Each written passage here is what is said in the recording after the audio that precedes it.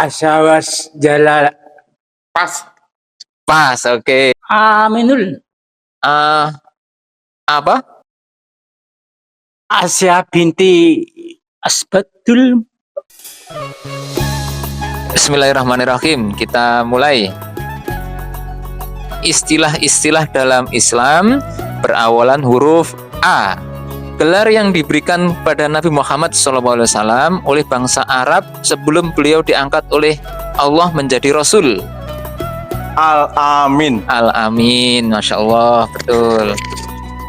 Budi pekerti, perilaku, tabiat, atau perangai manusia.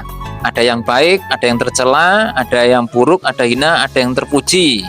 Disebut Akhlak. akhlak, betul. Pak Wasiman, yang ketiga, siap. Seruan dengan menggunakan kalimat tauhid dan ajakan kepada umat muslim yang menandakan waktu sholat fardu telah tiba disebut dengan Azan. azan, Masya Allah, betul. Berikutnya Pak D.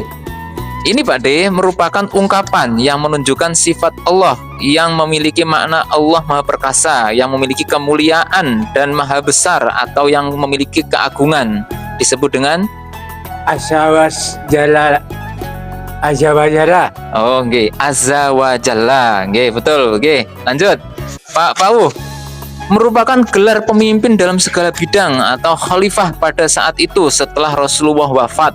Disebut dengan Aminul. apa? Aminul Mu'minin.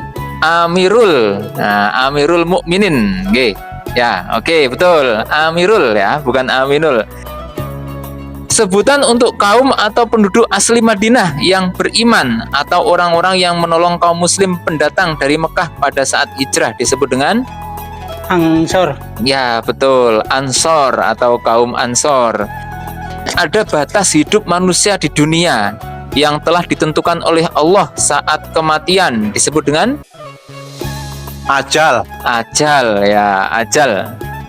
Melakukan perbuatan yang sangat dianjurkan, yang kalau melakukan memiliki keutamaan yang lebih disebut dengan Afdol. iya, afdol, betul. Pak Wasiman, Masya Allah. Latar belakang turunnya ayat-ayat dalam Al-Quran yang menerangkan sebab kejadian suasana kemudian ayat Al-Quran itu turun. Nah, latar belakang turunnya ayat Al-Quran, Pak, disebut dengan Pas. pas, oke. Berikutnya Pak D. Apa Pak D? Apa Pak D? Azunjul. Keliru Pak D. Keliru, apa? Asbunujul. Asbabun nuzul, ya, betul. Asbabun nuzul, bukan asbun nuzul. Asbabun nuzul, ya, sebab turunnya ayat Al-Quran. Oke, Pak Pauh, peristiwa yang melatar belakangi turunnya atau keluarnya hadis. Lah, kalau tadi turunnya ayat Al-Quran, kalau ini turunnya hadis. Seperti pertanyaan sahabat, persoalan, nasihat, atau sebab Rasulullah bersabda sesuai kondisi pada saat itu disebut dengan Asbatul Wurud. ya, asbabul wurud. Nah, Asbatul Wurud. ya, betul, asbabul wurud. Ya, ada asbabun nuzul, ada asbabul wurud. Ada pemuda-pemuda beriman yang bersembunyi di dalam gua karena kejaran atau kekejaman penguasa pada masanya. Dikisahkan hal ini dalam surat Al-Kahfi, Pak. Disebut dengan Ashabul Kahfi. Ashabul Kahfi, betul, Masya Allah.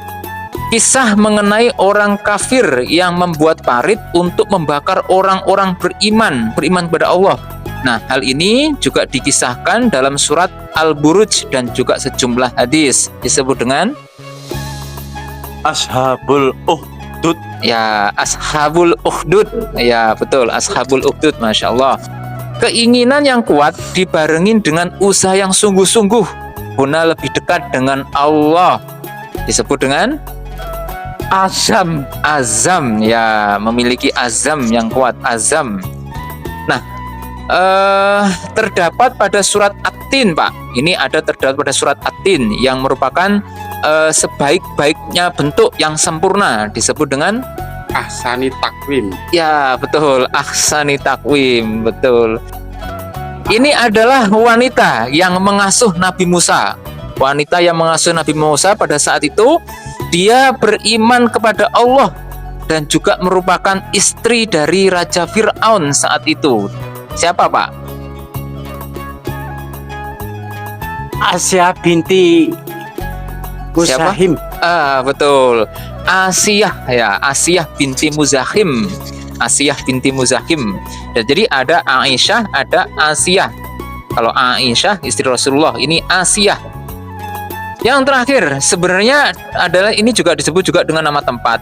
Namun dikenal dalam sejarah atau dalam sirah nabawiyah adalah sebuah perjanjian antara penduduk Yatsrib atau saat itu yang saat ini dikenal dengan nama Madinah dengan Nabi Muhammad.